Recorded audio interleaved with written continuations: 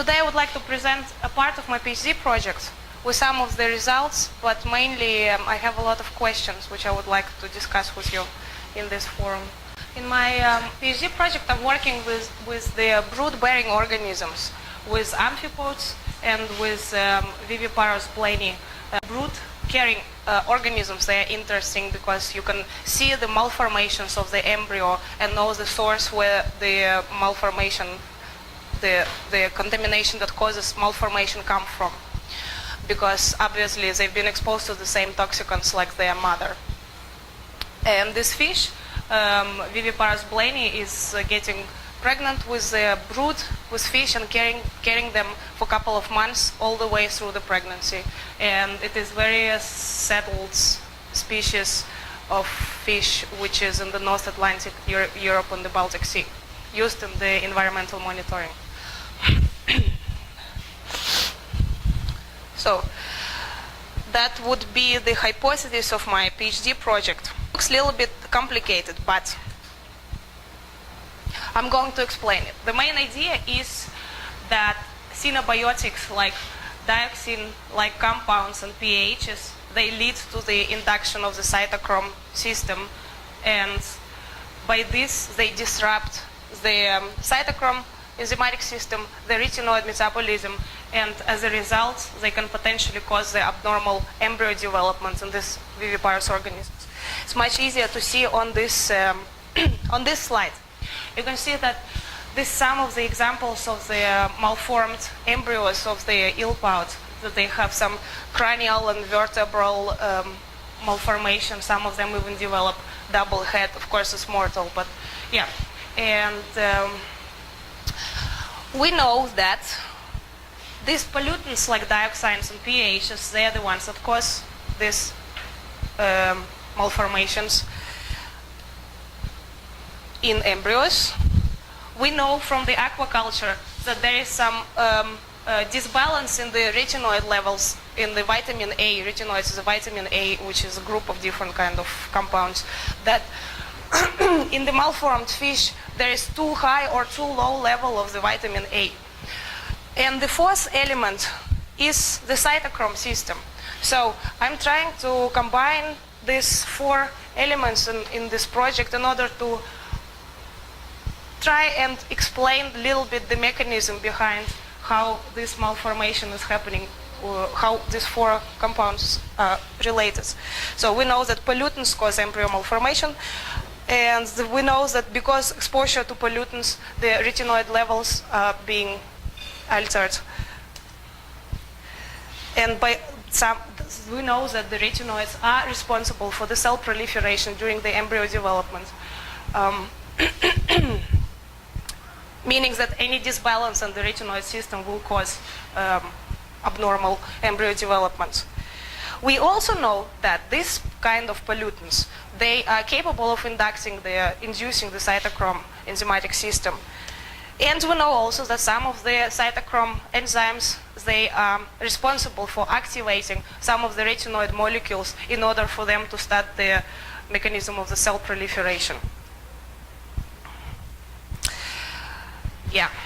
Basically the explanation of this heavy hypothesis, which I was just putting before, that our hypothesis is that pollutants, they indirectly affect the retinoid metabolism through the soup systems, and by this they cause the abnormal embryo development. Yeah. On the way, I'm looking at different other biomarkers of this pollution exposure in these organisms. That, for example, I have measured some pH metabolites in bile and urine of this fish from different stations, reference stations and more contaminated stations, and from exposure experiment we have done last year where we exposed this fish, pregnant females, for a couple of months while they were developing their embryos, to different concentrations of the dioxins and pHs. Looked at the levels of the malformation. Right now I have applied the HPLC with fluorescence detection in order to see different types of the retinoids in tissues in fish, in the liver where they are stored in blood and in the gonads and in order to be able to see what is the background levels and how the retinoid levels can be affected by this exposure. I looked at the cytochrome induction using ERT in liver cells. And the next part of my project will be the one that I'm actually very not sure about. I know the theory behind it, and that is the in vitro assays. Something similar to Calyx cell line, as Calyx is being used in Aarhus University, where I come from, but in different laboratory. And I'm going to do this in vitro assays from February on, but so far it's just I've been doing this in theory. And since I'm interested, these in vitro assays, they will be with AH receptor, the ligands. These pollutants are working as ligands for this receptor. But since we are very much interested in the retinoid metabolism, it would be very interesting for us to try and do something like RXR in vitro assays instead, or maybe together with AHR.